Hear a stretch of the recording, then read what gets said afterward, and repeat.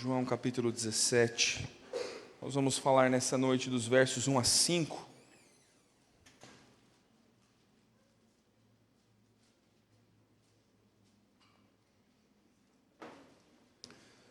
João 17, dos versos 1 a 5.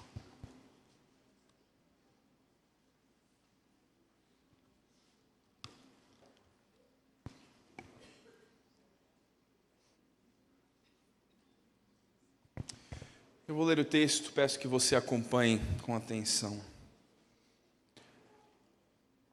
Tendo Jesus falado estas coisas, levantou os olhos ao céu e disse: Pai, é chegada a hora, glorifica a teu Filho, para que o Filho te glorifique a ti.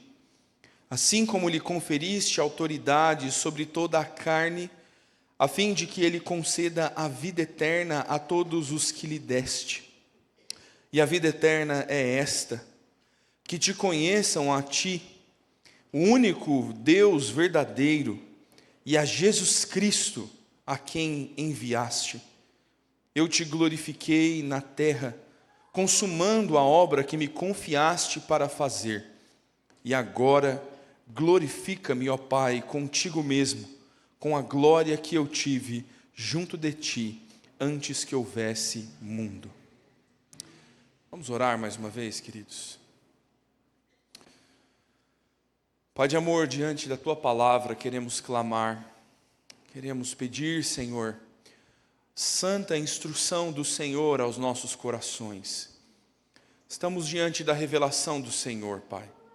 Tudo o que há necessário para a nossa vida está explícito na Escritura, e os nossos corações, Pai, obscurecidos pelo pecado, tantas vezes não percebem, Senhor, os princípios de vida da Escritura. Oramos para que o Senhor nos ensine, oramos para que o Teu Espírito Santo nos quebrante, nos lance luz sobre a mente e fogo no coração, para amarmos ao Senhor, para temermos o Seu nome, para glorificarmos ao Senhor em o que quer que nos dispossamos a fazer, Pai. Oramos, Deus, agradecidos por poder ouvir a Tua palavra, por poder nos achegar ao Senhor, e clamamos para que em Cristo o Senhor nos faça entender os Teus ensinos. É no nome dEle, de Jesus, que oramos. Amém, Senhor. Meu irmão, se você precisasse me descrever quais são as suas maiores ocupações e qual é a tua maior ambição, o que você me diria? Com que você se ocupa e o que você pretende? Qual é a maior pretensão da tua vida? Qual é, assim, o teu objetivo final? Pastor, meu objetivo final é poder caminhar no Bosque Maia 15h, aposentado. Para isso que eu trabalho e vivo, para ter uma aposentadoria gorda. Qual é, meu irmão, as razões que te fazem levantar da cama? Boletos, pastor. Não é? Às vezes. Mas qual é a grande razão pela qual você faz o que faça, o que quer que faça? Por que você compra, vende? Por que você insiste em ensinar esses seus filhos como que deve, como que não deve, o que é justo, o que não é? Por que você pretende uma faculdade? Por que você anseia um casamento? Por que você anseia um divórcio? Veja a hora, pastor, do divórcio. Por que você deseja isso? Qual é o teu objetivo e a tua finalidade? E para onde você pretende governar a sua vida? Qual é o seu fim último? Ah, entendi agora. O fim último do ser humano é?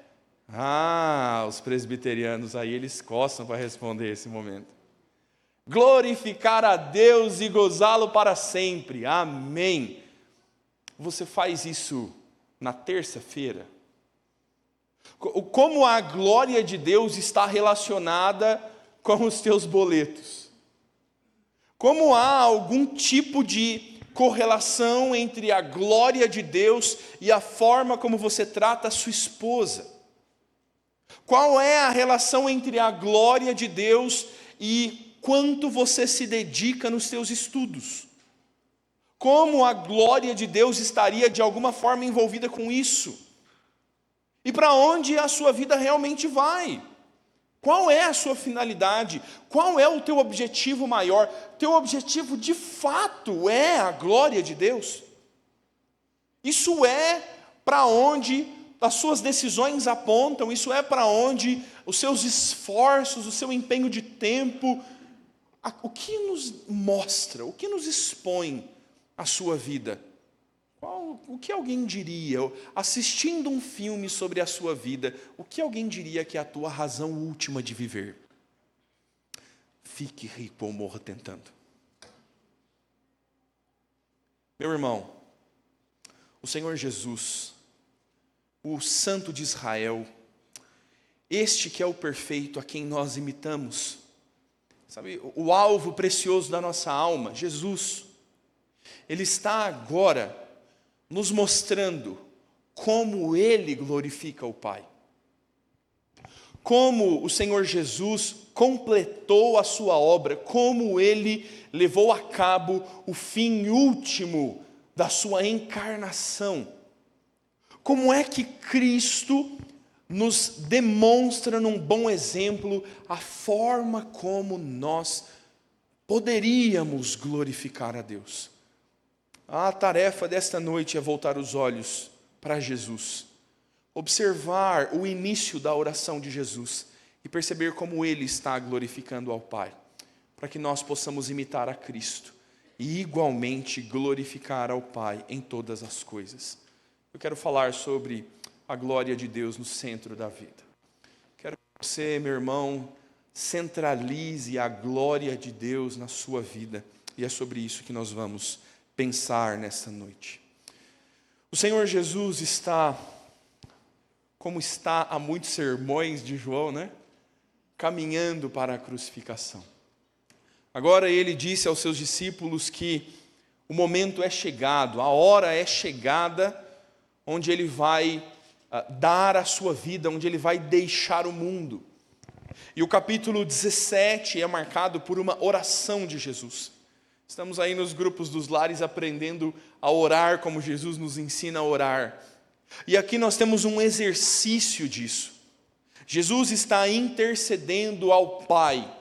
Encarnado, Jesus está se relacionando com o Pai, conversando com o Pai. E João nos registra toda a oração de Jesus. Sobre o que Jesus ora? Qual é o conteúdo de uma conversa entre Deus Pai e Deus Filho? Ou uma conversa do Filho para com Deus Pai? O que poderia preencher uma oração do Senhor Jesus? Os versos 1 a 5 narram um primeiro grande assunto abordado por Cristo, e o que vai essencialmente abrir uma conversa, uma oração entre Jesus e o Pai, é a glorificação. E Jesus vai, em primeiro lugar, nos primeiros 3 versículos, nos mostrar como Ele glorificou ao Pai na obra de salvação. A glória de Deus é manifesta neste cumprimento da obra do Filho, especificamente quanto à salvação, à fé, à vida eterna. E o texto nos diz que, tendo Jesus falado essas coisas, levantou os olhos ao céu e disse. Jesus, dos capítulos 14 a 16, fez o seu último discurso aos discípulos, deu os seus últimos ensinos aos discípulos, e tendo dado o seu último grande sermão aos 12, se é que poderíamos chamar isso de um sermão, agora Ele vai orar. É isso que a gente faz, não é? A gente termina o sermão e ora. E Jesus vai clamar ao Pai, dizendo: Pai, é chegada a hora, glorifica a teu Filho, para que o Filho te glorifique a ti. Irmãos, inúmeras vezes na Escritura, principalmente ou essencialmente nos Evangelhos, nós lemos que os fariseus odiavam Jesus, que os saduceus tramavam contra Ele, e por diversas vezes lhe tentaram tirar a vida. Tramaram planos para prendê-lo, e os evangelistas nos dizem, mas ainda não era chegada a sua hora. Jesus está dizendo: Pai, é chegada a hora. É chegado o momento, A referência desta hora, deste momento, é a ocasião da crucificação, é a morte vicária de Cristo, é o Cordeiro de Deus que tira o pecado do mundo, que será como o cordeiro mudo, voluntariamente imolado, para que o seu sangue cubra os nossos pecados. O Senhor Jesus agora está se entregando, é a ocasião oportuna. E o que a morte de Cristo redundaria, o que isso concluiria? O seu propósito, a razão da sua encarnação. O propósito firmado por Deus, desde antes da fundação do mundo, o decreto eterno de Deus para que o Filho encarnado desse a sua vida pela salvação de muitos. Então o Filho vai dizer: glorifica a teu Filho. Meu irmão, me deixe descer do pedestal presbiteriano. E podemos analisar esse texto de alguma forma um pouco mais crua. Não com os olhos de quem rotineiramente lê a Bíblia e já está acostumado com o linguajar bíblico. Mas olha o que a gente está dizendo. O Senhor Jesus está olhando para a sua morte por meio de uma execução romana, onde ele seria, sem culpa alguma, pregado, tendo cravos de aço encravados nos seus punhos e nos seus pés, e ele seria pregado a um tronco de madeira e erguido para que, exposto ao sol e à chuva e o tempo que fosse necessário, depois de ser chicoteado, ele asfixiasse até a morte. Você entende o que é o sofrimento? E o que é assustador e assombroso. Jesus está olhando para essa cena, a qual ele sabe que vai passar e está voluntariamente se sujeitando e dizendo: Pai, glorifica o Filho. Como seria possível chamar isto de glorificação? Como seria possível chamar isso de honra, de louvor? Uma morte tão terrivelmente sofrida. E Jesus diz que ele clama para que o Pai o glorifique e diz: para que o Filho glorifique a ti. Senhor, me dê glória na minha morte, para que eu dê glória ao Senhor morrendo. E meu irmão, a fala do Senhor Jesus não é como a de alguém que tem mero prazer na morte, mero desdém pela vida. Mas a fala de Jesus é como a de alguém que entende a razão e o propósito dessa morte. A morte em si é assombrosa, mas o resultado é glorioso. Por maiores que sejam os danos, por piores que sejam os sofrimentos, o resultado é glorioso. E Jesus já anunciou isso aos discípulos, dizendo: vocês vão se entristecer demais, mas quando eu ressurgir, a alegria que haverá no coração de vocês, ninguém poderá tirar. A glória do Filho está em Ele completar a sua obra. O Senhor Jesus glorifica ao Pai cumprindo cabalmente, perfeitamente a sua responsabilidade, a sua missão, seu objetivo último, e o Pai glorifica ao Filho agora, o permitindo morrer, derramando sobre ele a sua ira. Esta é a obra necessária. Os pecados todos vão intensivamente cair sobre ele, transpassar o seu corpo, ele vai agonizar na sua alma as dores dos pecados de todos aqueles que seriam salvos. E ao fim deste processo, estaria o Verbo da criação, o Filho do Deus vivo, o Deus verdadeiro, sepultado. E a sua glorificação viria ao terceiro dia, porque a morte é ainda obra incompleta. O Filho glorifica ao Pai com plena obediência, e o Pai glorifica ao Filho quando a morte não o pode conter. Quando as limitações humanas não se aplicam sobre Jesus. Quando numa manhã de domingo, o sepulcro é esvaziado e o Senhor Jesus está ressurreto. O cumprir da sua obra é a glória ao Pai e também a glória que o Filho recebe. E o Senhor Jesus diz: assim como lhe conferiste autoridade sobre toda a carne, a fim de que ele conceda a vida eterna a todos os que lhe deste. O pedido de Jesus é: Senhor, me glorifica para que eu te glorifique, da mesma forma com que o Senhor me conferiu autoridade e eu concedi e eu trouxe vida eterna a todos estes que me deste. Da mesma forma que todo o ministério do Senhor Jesus é o cumprimento da vontade do Pai, é também a hora chegada da sua morte. Em todo o seu ministério, o Pai glorificou ao Filho, lhe dando autoridade. O Pai glorifica ao Filho, testificando publicamente: este é o meu Filho amado em quem me comprazo. O Pai não desampara jamais o Filho, e em todo o seu ministério, a autoridade do Pai está sobre o Filho. E o Filho cumpre plenamente a razão pela qual a autoridade lhe foi dada: conceder vida eterna a todos os que lhe deste. O Senhor Jesus recebe glória do Pai, e o Senhor Jesus glorifica ao Pai, cumprindo a sua missão, cumprindo o seu propósito. Assim em todo o seu ministério e agora na morte. Nós poderíamos olhar o versículo 1 e o versículo 2 de forma inversa. Por todo o ministério há esta glorificação mútua na Trindade. E agora na hora da morte, igualmente aí está. O propósito do Senhor Jesus está cumprido: conceder vida eterna. E ele diz no verso 3: a vida eterna é essa, que te conheçam a ti, o único Deus verdadeiro, e a Jesus Cristo, a quem enviaste. Este é o resumo, este é o desfecho, é a síntese da vida eterna. A vida eterna é conhecer a Deus, a vida eterna é conhecer a Cristo.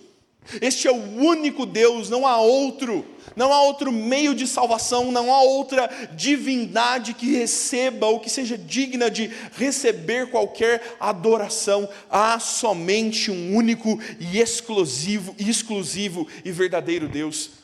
E este Deus enviou o seu Filho, encarnou o seu Filho. A vida eterna é conhecer o Deus encarnado, o Filho, Jesus.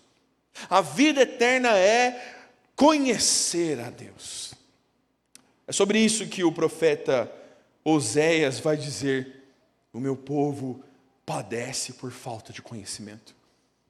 O padecer, o sofrer, o morrer sem Cristo é a pior coisa que pode suceder a alguém. A falta do conhecimento de Cristo torna inviável a vida eterna. Não conhecer a Deus torna a vida eterna impossível. E Oséias diz: por isso o meu povo padece. No contexto de Oséias, os sacerdotes se distanciam do ensino e todo o povo junto se distancia do ensino. Mas Abacuque, também profeta do Antigo Testamento, nos diz: a terra se encherá do conhecimento e da glória do Senhor Jesus. A terra se encherá do conhecimento de Deus, e o conhecimento de Deus conduz a Cristo, e conhecer a Cristo é o único meio de vida eterna. O ministério do Senhor Jesus está agora plenamente cumprido, porque Ele tornou público o ser de Deus, os atributos de Deus, a obra de salvação. Agora está anunciado quem o Senhor Jesus é, o que Ele veio fazer. Aquele que nele crê será salvo. Essa é a obra do Filho. Essa é a obra completa e desfechada do Filho. Então Deus será glorificado na crucificação do Filho. Meu irmão, perceba como Jesus se relaciona com o Pai para cumprir a sua obra. A vontade do Pai é o que move a oração do Filho. O Senhor Jesus vai clamar: seja feita a tua vontade, não só no Getsêmani. Isso é o mover de toda a vida do Senhor Jesus, e esta é a sua confissão em oração. Ele está completando a vontade do Pai. Este é o caminho legado por Cristo a nós. O que nos cabe é fazer a vontade do Pai. Glorificar a Deus é conhecer a sua vontade e obedecê-la. Glorificar a Deus é nos relacionarmos com Ele, entender a sua vontade e cumpri-la e fazê-la, e com autoridade conhecer a Escritura e nos pôr debaixo dela. Meu irmão, se a vida eterna é conhecer a Deus, se Cristo manifestou a vida eterna e os evangelhos registram a vida do Senhor Jesus, é o testemunho fidedigno da obra de Cristo. Se as Escrituras são a única fonte sustentável do conhecimento de Deus, e o conhecimento de Deus gera a vida eterna, como está a sua vida eterna? Como está o seu conhecimento sobre Deus? Inúmeras vezes parece ser muito valorizado não conhecer a Deus. É legal o mistério, não é? É legal o mistério. Mas, meu irmão, a obra do Senhor tem sido, desde o princípio, encher a terra do seu conhecimento e da sua glória. O Senhor Jesus tem feito manifesto os caminhos do Pai. E como é que nós lidamos com a revelação da vontade soberana e última de Deus na Escritura? Como é que nós entendemos a necessidade de conhecer a Deus profundamente? Se algumas semanas atrás nós falamos sobre a prática da Escritura, este é um momento também de refletirmos sobre o conhecimento dela. Quanto você conhece sobre Deus? O que você sabe sobre os seus atributos, sobre quem Ele é, sobre o seu poder, sobre o seu amor, sobre a sua justiça? O que você entende sobre a forma de Deus agir no mundo, sobre o plano dele para a redenção das nossas almas que tem sido exposto na Escritura? Como você se relaciona com o conhecimento de Deus? Porque conhecê-lo é a vida eterna. Você precisa se relacionar pessoalmente com Ele. Ele não pode ser um livro fechado na sua prateleira. Ele não pode ser simplesmente um sermão que toca no podcast do seu carro enquanto você pega um pouco mais de trânsito a caminho de algum lugar. Este conhecimento não pode ser algo secundário. Ele é a vida eterna. E nós precisamos ouvir a instrução do Senhor Jesus e nos apegar ao Senhor Jesus e desejar a vida eterna e conhecer a Deus. Pastor, mas eu conheço a Deus pelas minhas experiências. Mas, meu irmão, não basta. Pela experiência, todos têm algum conhecimento de Deus. O apóstolo Paulo diz que os seres humanos, ou mais especificamente os atenienses a quem ele fala, Paulo diz: vocês estão apalpando no escuro, procurando a Deus. Vocês estão apalpando no escuro, tentando encontrá-lo. E este que vocês procuram é precisamente quem eu anuncio, Jesus Cristo. Você precisa encontrar Jesus Cristo, não só pela sua experiência, mas por um relacionamento com Ele, pelas verdades em que Ele ensinou, pela sua palavra revelada, pelo conhecimento de Deus, o único verdadeiro, e de Jesus Cristo, o seu Filho. É neste caminho em que nós encontraremos a vida eterna. Meu irmão, nisto, você pode começar a viver a vida eterna aqui e agora. A eternidade é uma eternidade do conhecimento de Deus. Pense que Deus é infinito no seu ser. O conhecimento de Deus é exaustivo. Ele conhece todas as suas coisas. A onisciência do Senhor é um dos seus atributos que não há explicação humana. Nós não conseguimos conceber o que é onisciência. Onisciência é aquela perfeição de Deus pela qual Ele conhece exaustivamente todas as coisas que podem ser conhecidas. E esses atributos o fazem ser Deus, são próprios dele. Ou seja, nós nunca teremos onisciência. Se nós nunca teremos onisciência, a eternidade será uma eternidade aprendendo do Senhor, conhecendo a Deus, nos relacionando com o Senhor. E essa é uma comum e antiga objeção de pastores muito antigos. Sempre ouvi pastores dizerem isso. Se a eternidade é conhecer a Deus, você que não quer conhecê-lo aqui, vai fazer o que na eternidade? Como anda a tua vida com Deus? Como você vai entender pelo relacionamento do Senhor Jesus e pela obra completa de Jesus, vai entender a salvação, a glória que há no Filho completar a sua obra e a obra que é tornar Deus conhecido, para que nós recebamos vida eterna. Por outro lado, meu irmão, o Senhor Jesus continua falando desta glória, não só no tocante à sua obra já completa, daquilo que já foi feito, mas daquilo que ainda será feito. Se durante os primeiros 3 versículos olhamos para a morte vicária, para o que Cristo está completando e fazendo, agora o Senhor Jesus faz referência à glória da obra completa. Quero pensar contigo neste segundo ensino, como percebemos a glória desta obra completa. No verso 4, o Senhor Jesus diz: Eu te glorifiquei na terra, consumando a obra que me confiaste para fazer. E agora, glorifica-me, ó Pai, contigo mesmo, com a glória que eu tive junto de ti, antes que houvesse mundo.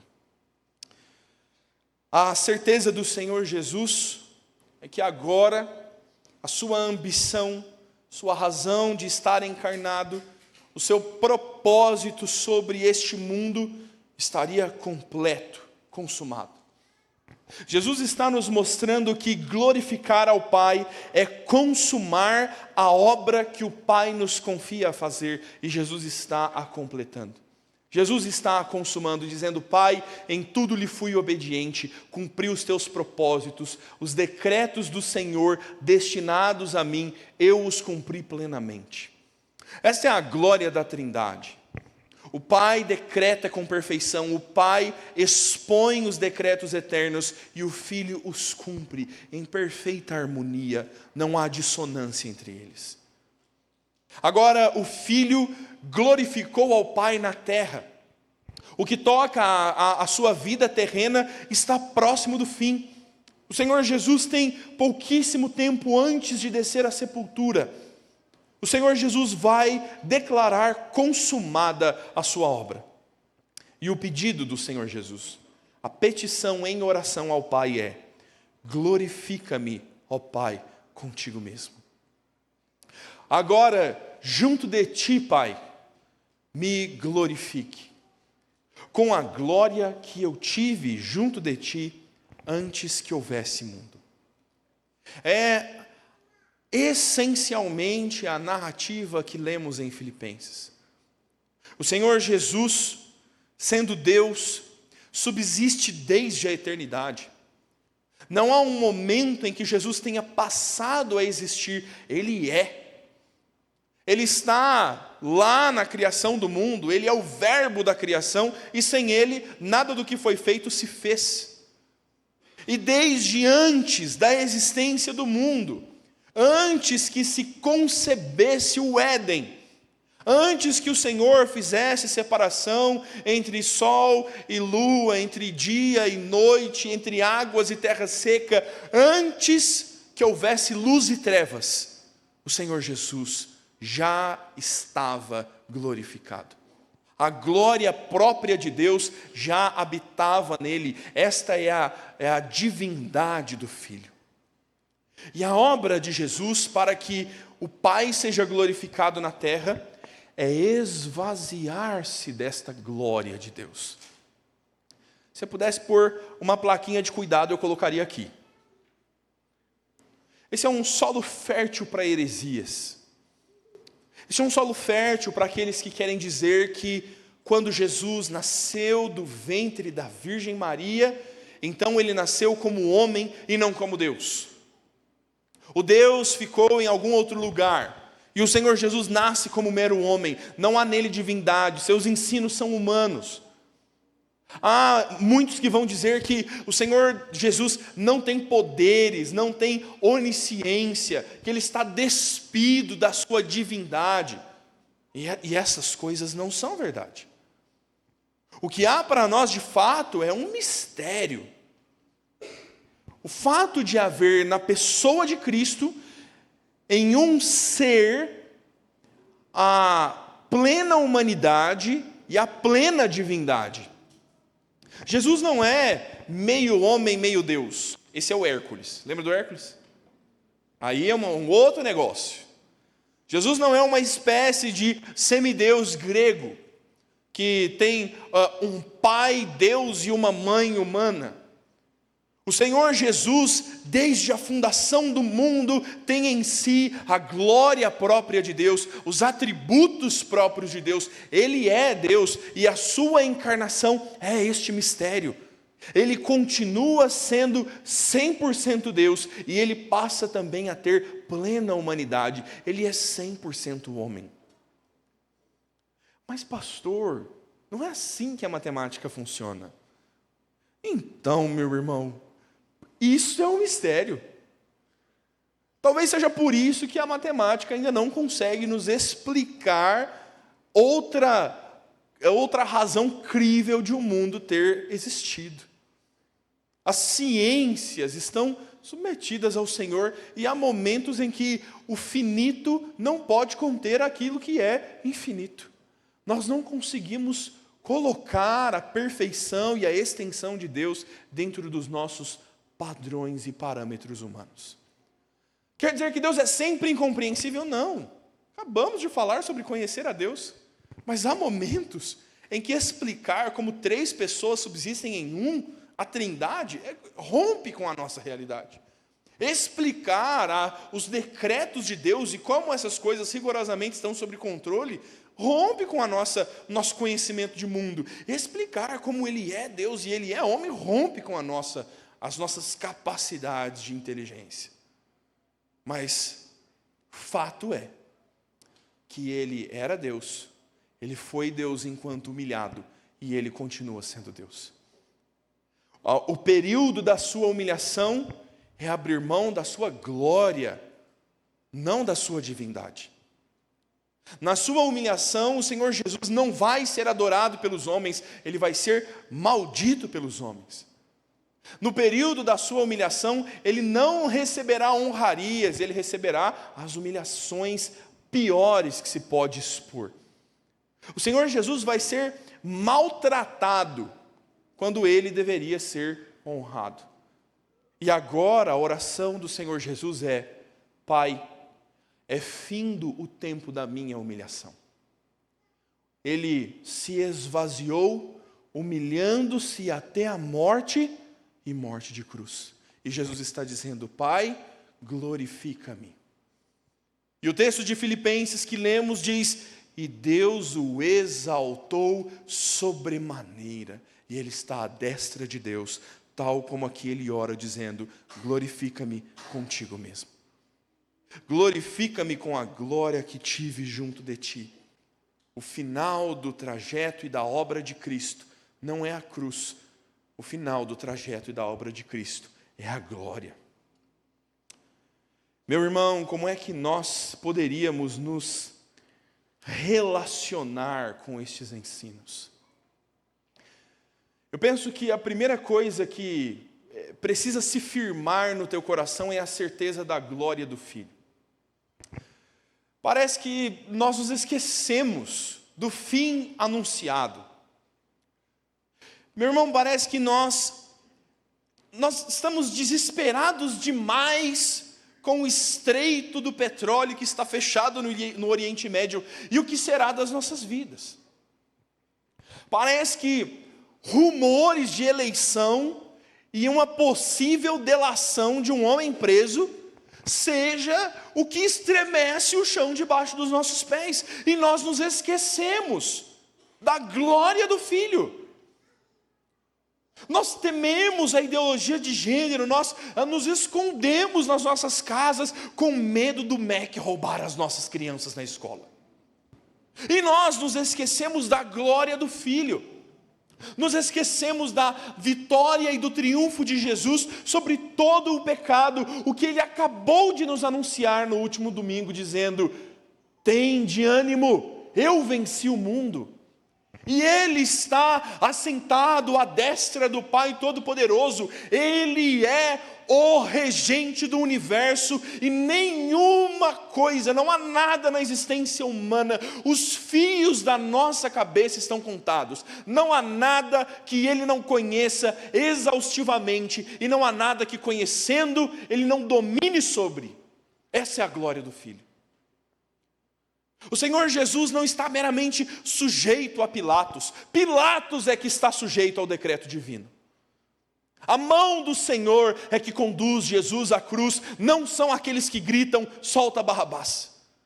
E nós precisamos nos lembrar da glória do Filho, que já foi iniciada, que já começou, da vida eterna que nós já desfrutamos, da obra de Deus, dos 1000 anos de paz que operam sobre o coração daqueles que descansam em Cristo.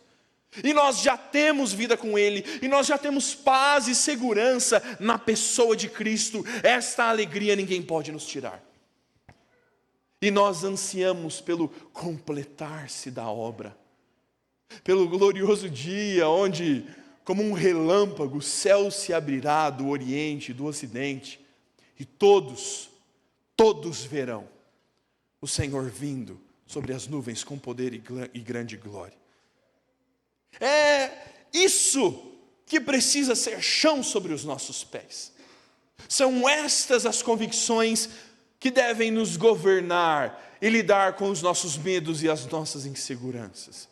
O Senhor nos mostra um pleno domínio sobre toda a sua obra, agora desfechando a glória do Pai sobre a terra e dizendo: glorifica-me junto a ti. O Senhor Jesus está exaltado. Os nossos crucifixos estão vazios. Não há um Cristo no madeiro, não há um Cristo no túmulo. O Senhor Jesus está vivo.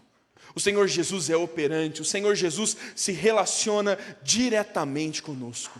Esta é a vida que vivemos agora com Cristo. É a glória do Filho. E como você pode imitá-lo? Como você pode olhar a oração de Jesus ao fim de sua jornada e como você pode imitá-lo? O nosso Mestre, o único digno de ser plenamente imitado, está dizendo: Pai, eu consumei a obra que me confiaste a fazer. Eu e você igualmente temos obra de Deus a fazer. Por graça, o Senhor olhou para nós e nos confiou responsabilidades. Como igreja, como crentes, como bons cidadãos no nosso convívio comum. Deus nos confiou tarefas e responsabilidades. Como você tem lidado com elas? Que lugar essas coisas ocupam na sua vida? Como é que você vai, no desfecho da tua vida, no apagar das luzes, poder, como seu mestre fez, dizer: Pai, o glorifiquei na terra, consumei a obra que o Senhor me deste a fazer. E você, meu irmão, precisa entender que obra é essa. Eu quero voltar na minha introdução. Quero voltar na pergunta que te fiz. O que te move? Qual é a tua obra? Para que você vive? Qual é a razão de você existir? Por que Jesus não te levou ainda? Não seria bom? Senhor Jesus, eu te aceito como meu único e suficiente Salvador. Para a glória. O Senhor legou ordenanças à sua igreja. O Senhor legou ensinos e práticas necessárias para mim e para você, e cada um na sua vida, no seu contexto, na sua realidade. O que você faz? Por que você faz? E talvez você precise sondar o seu coração e se fazer essas perguntas, porque você talvez esteja se enganando e se ocupando com coisas que são inúteis à luz da eternidade. Ai, pastor, é verdade, então eu vou largar meu emprego e eu vou para o Irã ser missionário. Glória a Deus, a gente envia você, mas não dá para ir todos nós para o Irã também. Alguém vai ter que fazer culto domingo que vem aqui. Alguém vai ter que fazer reunião da SAF, entendeu? Glorificar a Deus não é se envolver simplesmente como um missionário de tempo integral, se tornar pastor. O que é a glória de Deus na sua vida? A glória de Deus é o rumo final. A glória de Deus é o destino do trem. E todas as outras coisas são vagões. Como é que você lida com o teu trabalho para a glória de Deus? Com o teu casamento para a glória de Deus? A glória de Deus, meu irmão, não é um item da nossa vida. A glória de Deus é o pavimento sobre o qual todas as outras coisas são postas.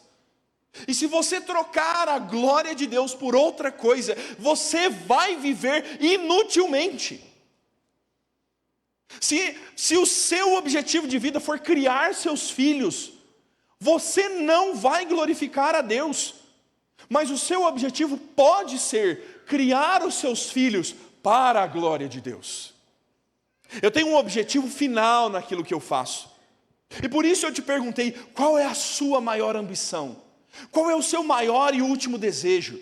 Se você tivesse que resumir tudo o que você faz, tudo o que você é, qual é a sua razão última de existir? E não há outra resposta suficiente senão a glória de Deus. Nós existimos para o louvor dEle, nós existimos para a honra dEle, nós existimos para fazer Ele conhecido, para fazer o nome dEle grande. Nós não somos um fim em nós mesmos, as nossas vidas não se justificam pela mera existência, nós fomos criados para a glória dEle. Essa é a razão de existirmos. E se você entender isso, e se essa for a maior ambição e o maior desejo da sua vida, então você pode, meu irmão, se envolver com qualquer outra coisa nesse mundo. Qualquer outra coisa. Você pode comer para a glória de Deus, nem de mais, nem de menos. Você pode se relacionar para a glória de Deus. Você pode se envolver com um casamento para a glória de Deus. E os jovens encalhados dizem, amém.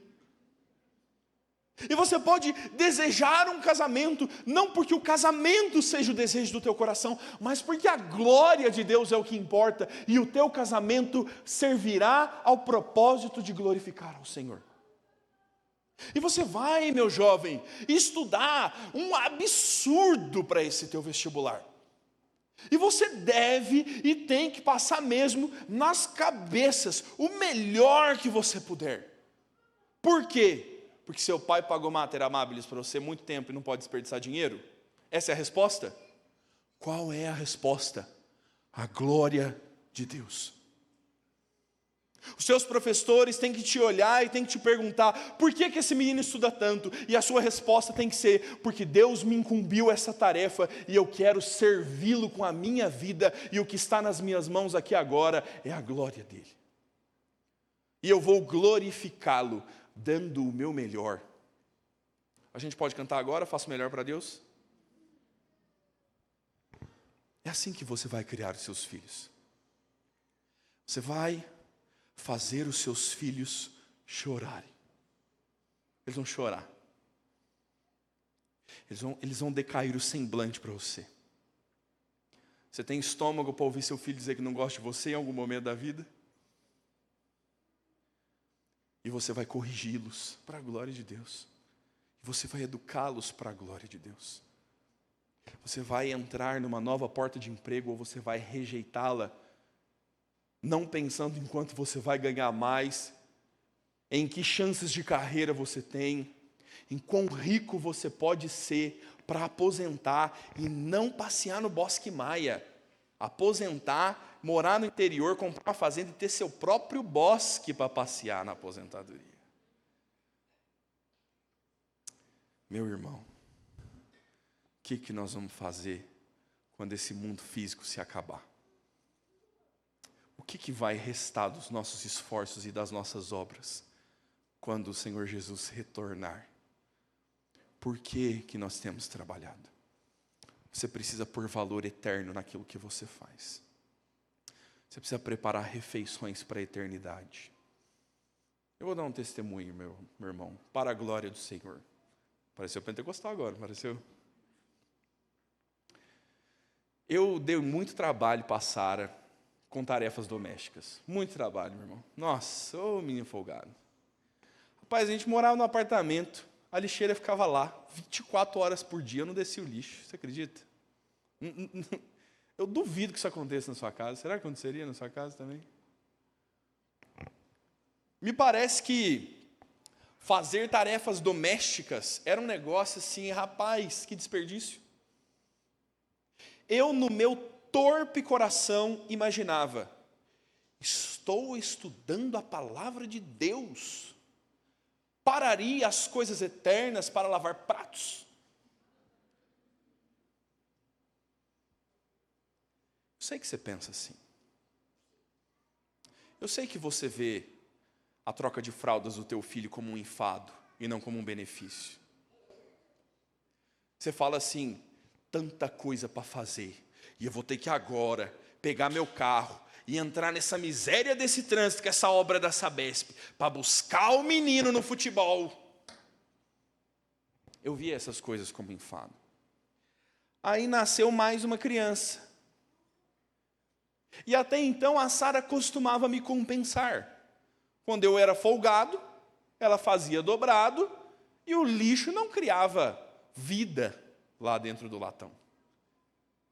Ela compensava a minha negligência, até que nasceu a segunda criança.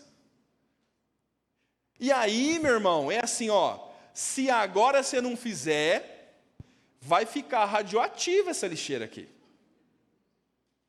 E agora tem horário, que a gente mora em casa. Tem dia e hora para pôr o lixo para fora. Se pôr cedo demais, o cachorro rasga. Se pôr tarde demais, o lixeiro passa. Ai, que provação, Senhor.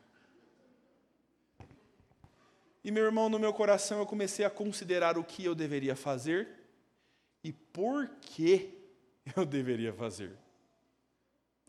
Por que eu faria isso?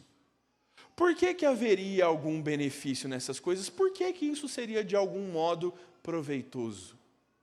Até que acendeu uma luz sobre a minha cabeça. Contei isso para as irmãs da SAF na nossa devocional de quarta-feira. Contei isso para os jovens na devocional da diretoria da comissão executiva do presbitério.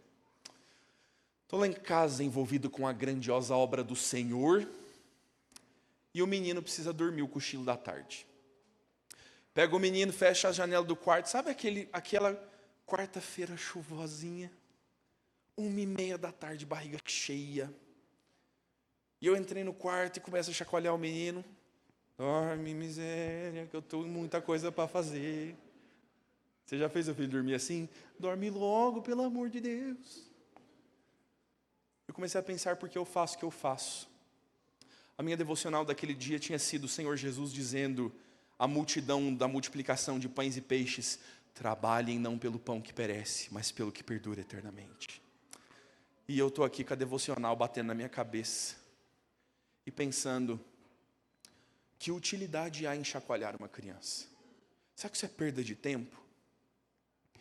E aí, meu irmão, eu comecei a me dar conta do que também veio para a reunião dos pais dos adolescentes.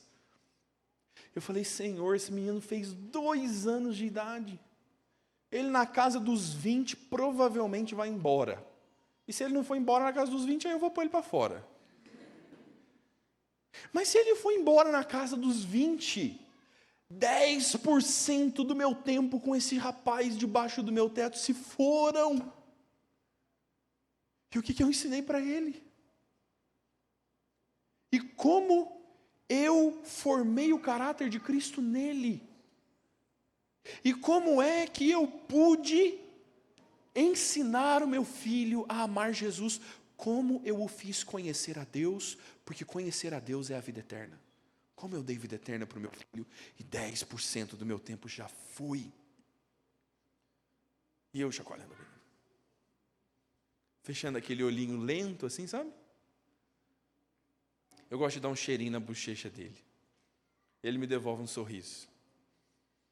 E eu comecei a refletir sobre como a glória de Deus está lá na minha casa. Como que ensinar o meu filho, como que amá-lo, pode testemunhar para ele do amor do Pai por nós. Como que colocá-lo para dormir e ensiná-lo que nós dormimos sem preocupações, porque aquele que te guarda, este não dorme, nem dormita, nem cochila. Pode dormir, meu filho. Como é que eu vou aplicar a glória de Deus no preparo das minhas refeições? No trânsito que eu tenho de cruzar a cidade, como a glória de Deus está lá. Como a glória de Deus está em comprar aquele pacotinho de mentos do menino do semáforo.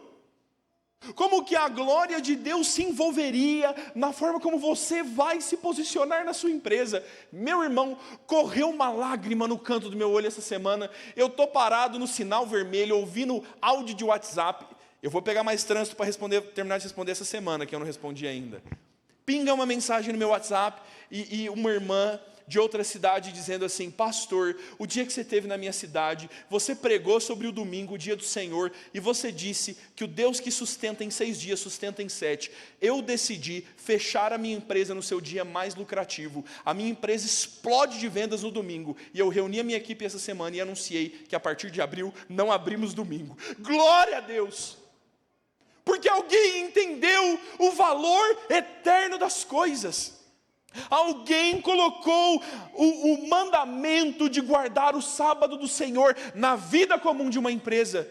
E há agora um testemunho do Evangelho, e é você quem vai viver para a glória de Deus. Onde você está, com o que você está, o que Deus colocou na sua mão, qualquer coisa que seja, todas as coisas da existência redundam para a glória de Deus. Você precisa viver para a glória de Deus, onde você está, com o que há na sua mão, com as tarefas que Deus te deu. A sua vida precisa estar voltada para a glória dele. Se o teu trem, os trilhos desse trem rumam para a glória de Deus, então você pode reformar todos os vagões. Então o seu trabalho, a sua família, os seus filhos, os seus sofrimentos, a sua doença, as suas perdas, o seu luto, todas as coisas culminarão no dia em que nós diremos: Senhor, como nosso Mestre Jesus, eu te glorifiquei na terra, confiando a obra que tu me consumastes a fazer. Meu irmão, que você não se arrependa de como você tem gasto a sua vida. Que você repense os princípios e as razões pelas quais faça o que quer que faça.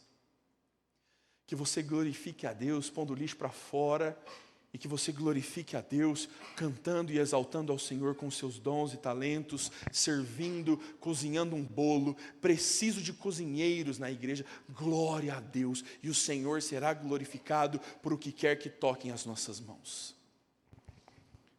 Uma última ressalva. Não é incomum encontrar pessoas sem propósito na vida. Não é incomum encontrar pessoas que talvez estejam cheias de atividade, tenham uma boa condição financeira, tenham filhos e uma família, tenham muitos afazeres, mas que não têm propósito e finalidade. São barcos sem velas. Meu irmão, talvez a sede das suas frustrações esteja na falta de viver para a glória de Deus. Você vai se decepcionar. Você vai se frustrar. Nada vai preencher o teu coração, nada vai preencher a tua vida, enquanto você não viver para a glória de Deus.